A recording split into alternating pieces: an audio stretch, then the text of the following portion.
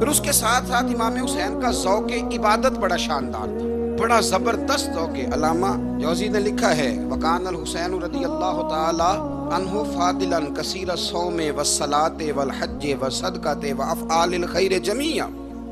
آپ فرماتے ہیں کہ امام حسین زیادہ نمازیں پڑھنے والے تھے، کثرت سے سجدے کرنے والے، کثرت سے روزے رکھنے والے، زیادہ حج کرنے والے، اور امام حسین صدقہ دینے والے اور نیکی کے کاموں میں شدت کرنے والے تھے۔ امام حسین کا جو ذوق عبادت تھا وہ اتنا شاندار تھا کہ آپ فرض نماز کے علاوہ روزانہ 100 رکعت نماز نفل ادا فرمایا کرتے۔ اور امام حسین فرماتے زندگی میں کبھی ایسا نہیں ہوا کہ 3 دن گزر گئے اور حسین کا قرآن پاک ختم نہ ہوا۔ 25 حج کیے امام حسین نے مدینہ منورہ سے مکہ مکرمہ پیدل جا کے، 25 حج۔ اب تو نسبت والے لوگوں کو عبادت کی ضرورت نہیں نا، اللہ ماشاءاللہ کہتے ہیں نسبت بڑی ہے بھئی، جن کی نسبت اتنی خاص تھی کہ حضور نے فرمایا یہ فاطمہ کے نہیں میرے بیٹے ہیں، ان کا تو حال یہ ہے کہ فرض کے علاوہ 100 نفل، 3 دن سے پہلے ختم قرآن پاک، 25 حج فرمائے، تو کس نسبت کی بات کرتا ہے؟ یہ نسبتیں تو ہیں جو انسان کو عبادت کے قریب کرتی ہیں۔ لوگوں نے معیار ہی بدل دیا ہے۔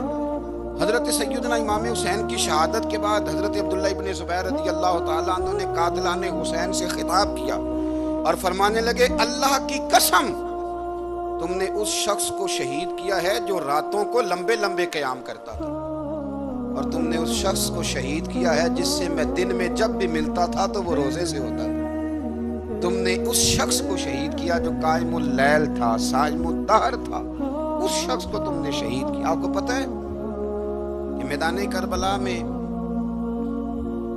جب 9 محرم کو ابن سعد نے امام حسین سے کہا کہ جنگ کرو، اگر یزید کی بیعت نہیں کرنی تو امام حسین نے فرمایا 1 رات کی مہلت دے دو، 1 رات کی مہلت دے دو۔ حضرت امام زین العابدین کہتے ہیں میں نے اپنے والد گرامی سے عرض کی کہ ابا جی آپ جہاد سے دور جانے والے تو ہیں نہیں، آپ تو جہاد سے پیار کرنے والے، اور یہ بھی پتہ ہے مجھے کہ یہ جنگ اب ہو کے رہے گی، تو 1 رات کی مہلت لینے کا معنی کیا ہے؟ بھئی کل بھی لڑنا ہے اور رات بھی لڑنا ہے، تو ابا جی 1 رات کی مہلت۔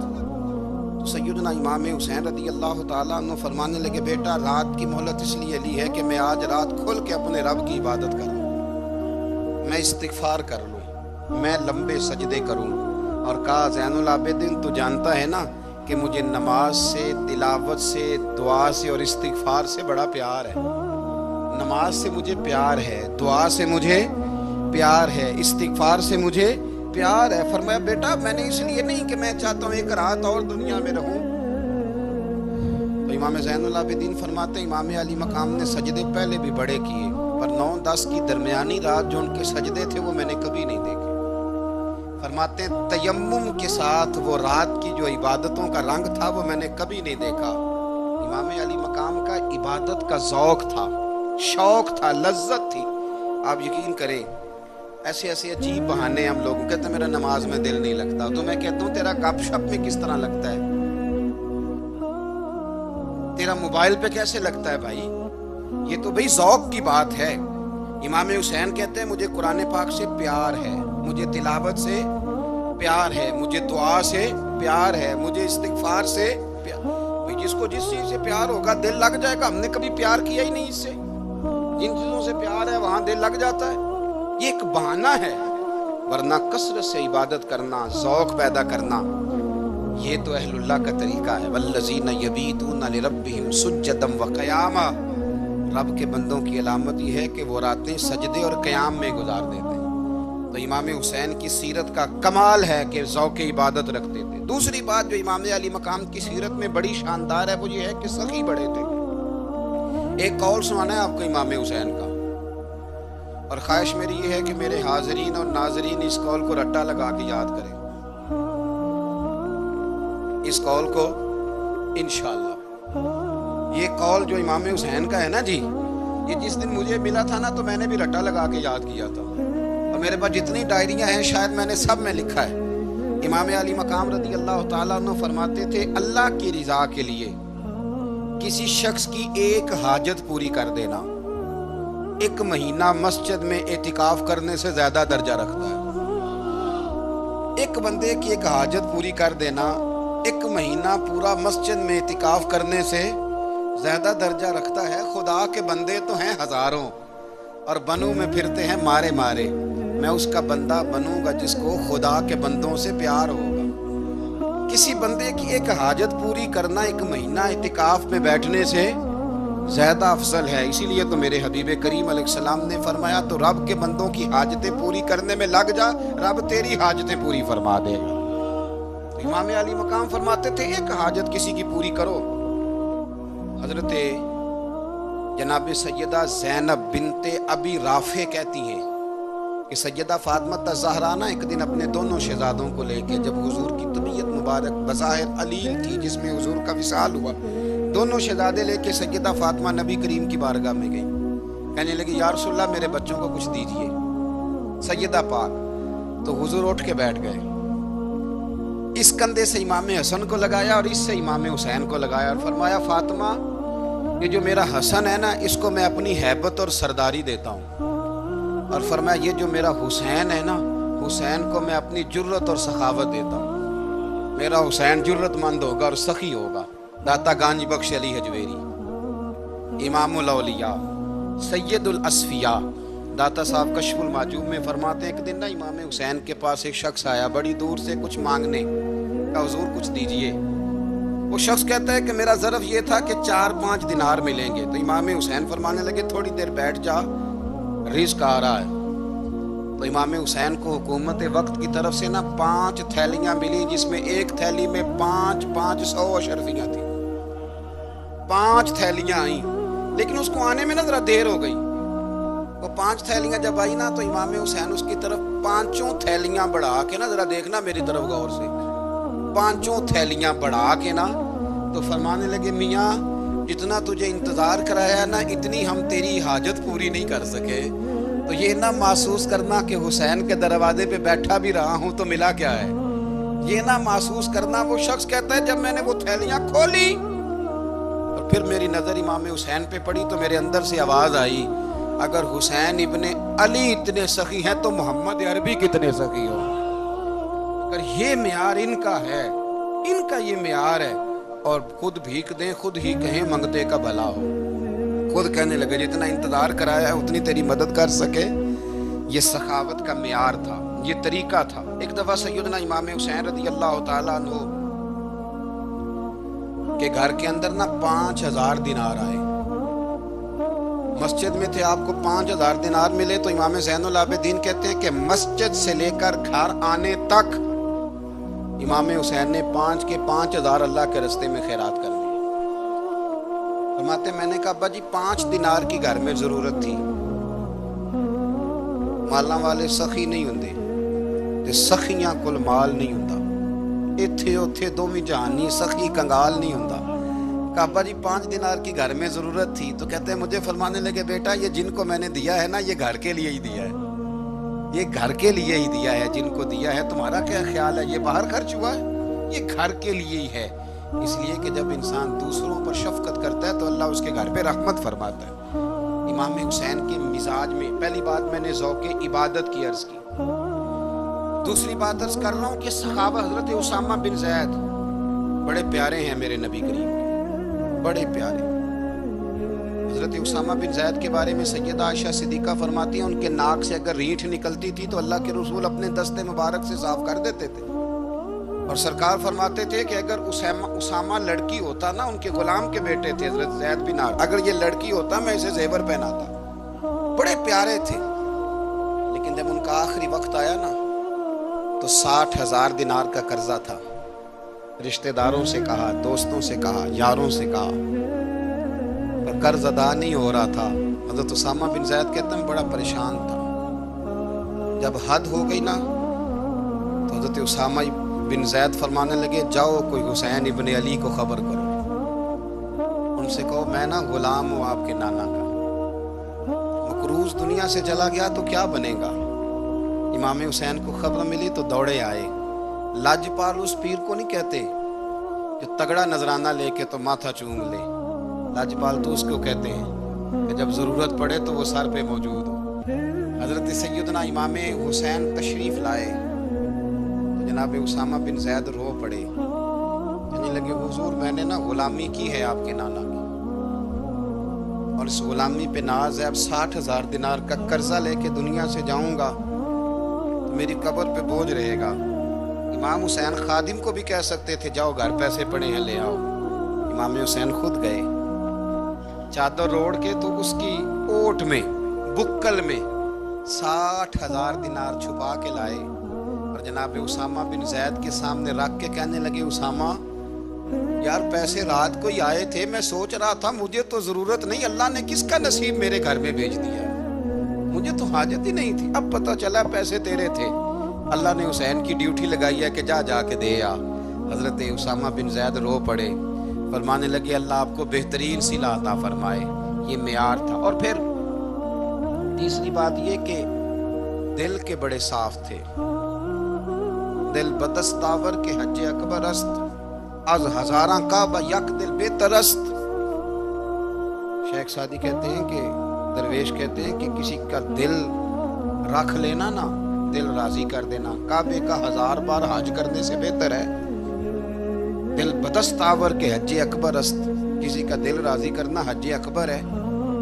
امام بڑا ہی پیار کرتے تھے، گھوڑے پہ جا رہے تھے، کچھ فقیر غریب لوگ بیٹھ کے روٹی کھا رہے تھے، کھا رہے تھے سڑک کے کنارے، تو امام زین العابدین فرماتے ہیں کہ جب امام حسین گزرے تو انہوں نے آواز دی حضور دل کرتا ہے ہمارے ساتھ بیٹھ کے روٹی کھائیں، کائنات کے مالک و مختار کے نواسے اور دنیا کے سب سے بڑے شہزادے گھوڑے سے اترے اور غریبوں کے ساتھ سڑک پہ بیٹھ گئے، روٹی کھانے لگے اور دیر تک کھاتے رہے، اور جب فارغ ہو گئے تو فرمانے لگے کھانے کی ضرورت بھی نہیں تھی، حاجت بھی نہیں تھی، پر تم نے آواز دی تو دل رکھنے کو بیٹھ گیا تھا، اگر اجازت دے تو چلا جاؤں۔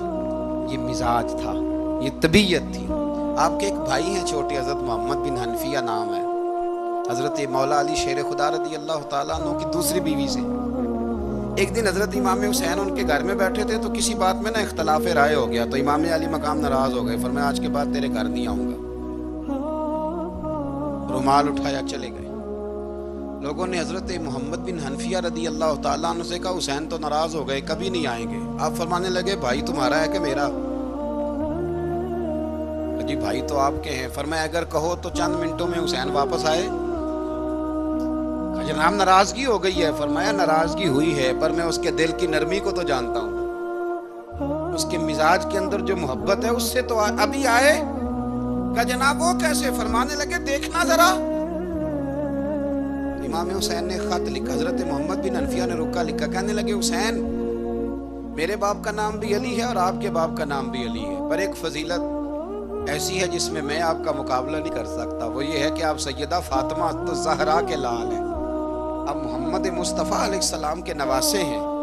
کہنے لگے بھائی جان آپ نے نانا جان کی وہ حدیث تو سنی ہوگی کہ دو لوگ ناراض ہو جائیں تو جو صلح پہلے کرے جنت میں پہلے جائے گا۔ فرمانے لگے دل میرا کر رہا تھا کہ پہلے صلح کر لوں، لیکن پھر بڑے بھائی کو پشت کروں گا جنت میں جاتے ہوئے، یہ بھی تو بے ادبی ہے نا۔ اب خط میں نے لکھ دیا ہے، آپ کا جو ارادہ ہو۔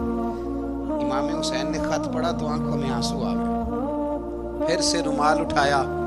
بچے پوچھنے لگے کہاں جا رہے ہیں؟ کہا بھائی کے گھر جا رہے ہیں۔ کہا آپ تو ناراض تھے؟ فرمایا تھا ناراض پر ہے تو میرا بھائی نا، ہو گئی بات ختم۔ بڑی دل میں نرمی، طبیعت میں سوز، لہجے میں گداز، لیکن اس کے ساتھ ساتھ امام حسین رضی اللہ تعالیٰ عنہ کا جذبہ جہاد، امام حسین کی استقامت۔ آج لوگ ادھر ہوتے ہیں جس طرف ہوا کا رخ ہوتا ہے۔ آج لوگوں کی سوچوں کا زاویہ یہ ہے کہ جدھر رش زیادہ ہوگا ہم بھی ادھر جائیں گے۔ ہم یہ نہیں دیکھتے حق کس طرف ہے، ہم یہ دیکھتے ہیں رش کس طرف ہے۔ امام حسین رضی اللہ تعالیٰ عنہ نے رش نہیں دیکھا، حق دیکھا۔ امام حسین رضی اللہ تعالیٰ عنہ استقامت کے وہ پہاڑ ہیں، معمولی آدمی نہیں تھے۔ فرزق شاعر کہتا ہے کہ میں نے امام حسین سے کہا تھا، میں نے کہا لوگوں کی تلواریں یزید کے ساتھ ہیں پر دل آپ کے ساتھ ہے، دل آپ کے ساتھ ہیں۔ امام حسین رضی اللہ تعالیٰ عنہ نے زمانے کے حالات نہیں دیکھے، حق اور سچ دیکھا۔